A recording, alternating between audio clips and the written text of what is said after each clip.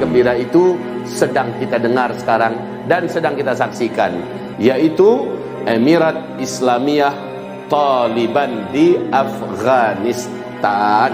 Kemenangan besok ini adalah awal kemenangan Islam. Demi Allah, itu awal kemenangan Islam.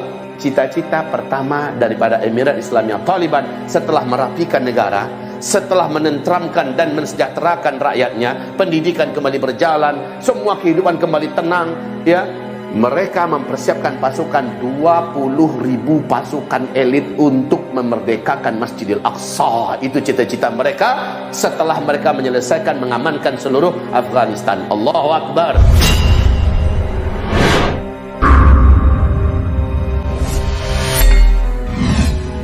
Alhamdulillah, mata kita dihibur, telinga kita dihibur dengan perkembangan menuju kepada kemenangan akhir zaman.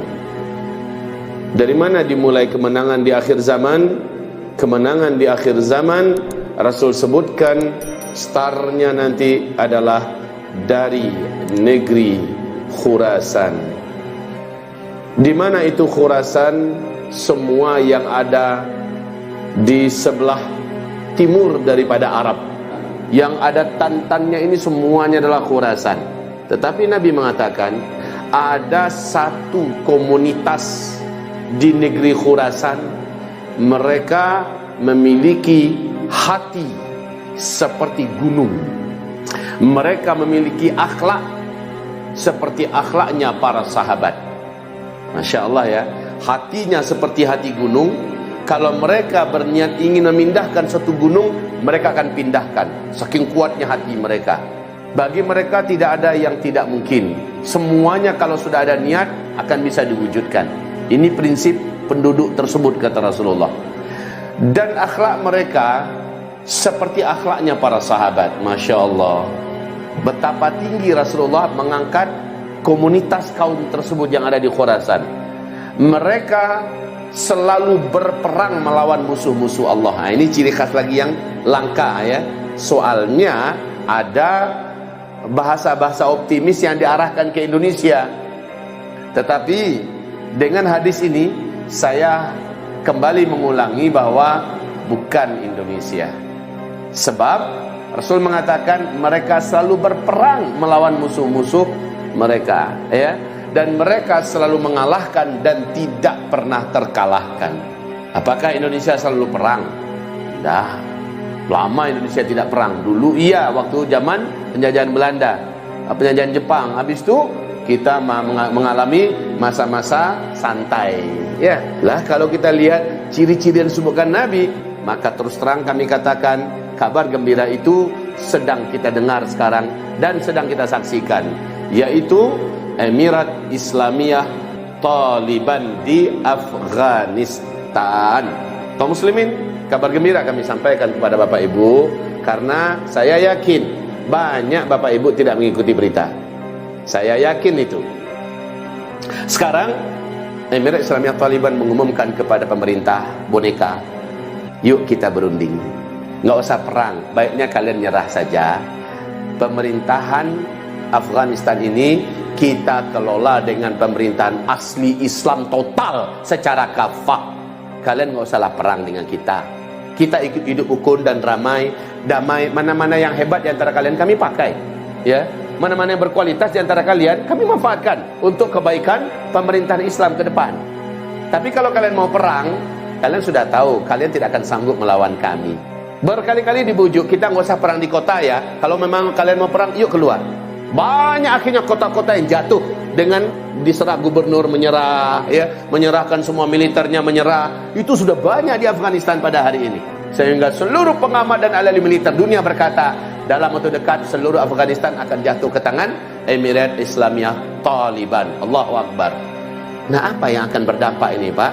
Sekarang kalau Taliban menjadi pemenang, dia menjadi pemenang yang mutlak dan absolut. Pemenang yang total dan tidak akan ada lagi negara yang berani menyerangnya, memeranginya. Bagaimanapun bentuknya. Sebab yang dihadapinya Pak, bukan negara kacang-kacang. Yang dihadapinya adalah dua negara superpower dan dua-duanya kalah memalukan. Dan siapa yang berani melawan lagi? Siapa yang berani menentang lagi Emirat Islamiyah Taliban? Tidak ada. Kemenangan besok ini adalah awal kemenangan Islam. Demi Allah, itu awal kemenangan Islam. Cita-cita pertama daripada Emirat Islamiyah Taliban setelah merapikan negara, setelah menenteramkan dan mensejahterakan rakyatnya, pendidikan kembali berjalan, semua kehidupan kembali tenang, ya. Mereka mempersiapkan pasukan 20.000 pasukan elit untuk memerdekakan Masjidil Aqsa. Itu cita-cita mereka setelah mereka menyelesaikan mengamankan seluruh Afghanistan. Allahu Akbar.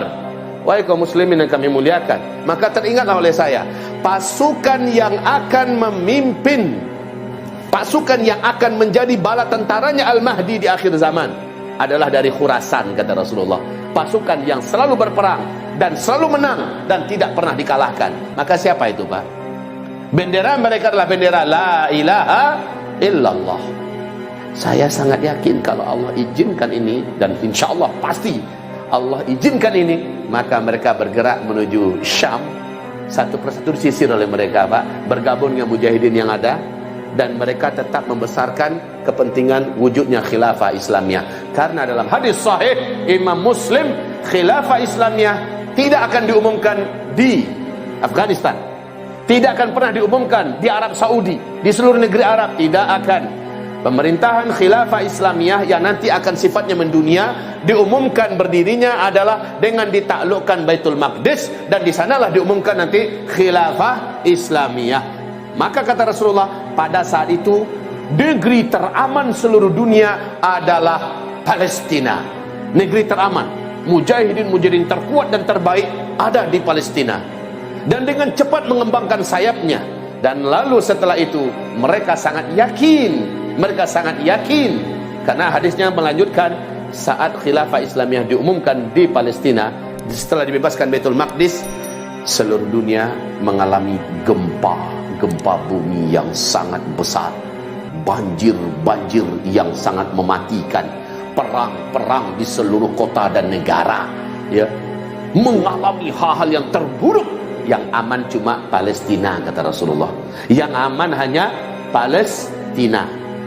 Jadi kalau seandainya ada niat yang baik, Bapak Ibu semua, untuk mau hijrah ke sana, memenuhi kata-kata Rasulullah kepada Abdullah ibnu Rawahah, kau akan dengar nanti di akhir zaman Baitul Maqdis dibebaskan, lalu khilafah Islamiyah diumumkan, maka hijrahlah segera ke sana. Saya yakin, Pak, saat itu diumumkan masih ada fasilitas dan sarana buat bisa masuk ke sana. Saya yakin sekali, karena tidak mungkin ada hadisnya kalau tidak ada jalannya. Pasti ada jalannya. Cuma masalahnya, Bapak beriman nggak? Ibu yakin nggak? Masalahnya itu negeri baru. Kita belum punya rumah di sana. Kita belum tentu punya usaha apa di sana. Tapi saya sangat yakin kalau khilafah Islamiyah diumumkan di sana, semua kekayaan bumi akan disedot dan diposisikan di sana. Orang-orang yang hijrah pasti akan mendapatkan ansornya di situ. Ya, pasti akan mendapatkan ansornya. Permasalahannya sekarang, apa persiapan kita untuk menuju ke sana? Baik, kita kesampingkan itu dulu. Ini berita gembira tentunya kaum muslimin. Kalau kita lihat di mana-mana Islam selalu kalah dan kalah, kalah lagi dan kalah lagi. Ya, kita melihat di mana-mana berita menyedihkan, memedihkan, memilukan. Kita babak belur, bonyok di mana-mana, dizolimin nggak karu-karuan di mana-mana, termasuk di Indonesia ini. Maka masih tetap ada bintang terang yang memberikan petunjuk kepada kita, masih ada secercah kegembiraan dan kebahagiaan yang menghibur kita. Saat ini adalah Afghanistan ini, insya Allah.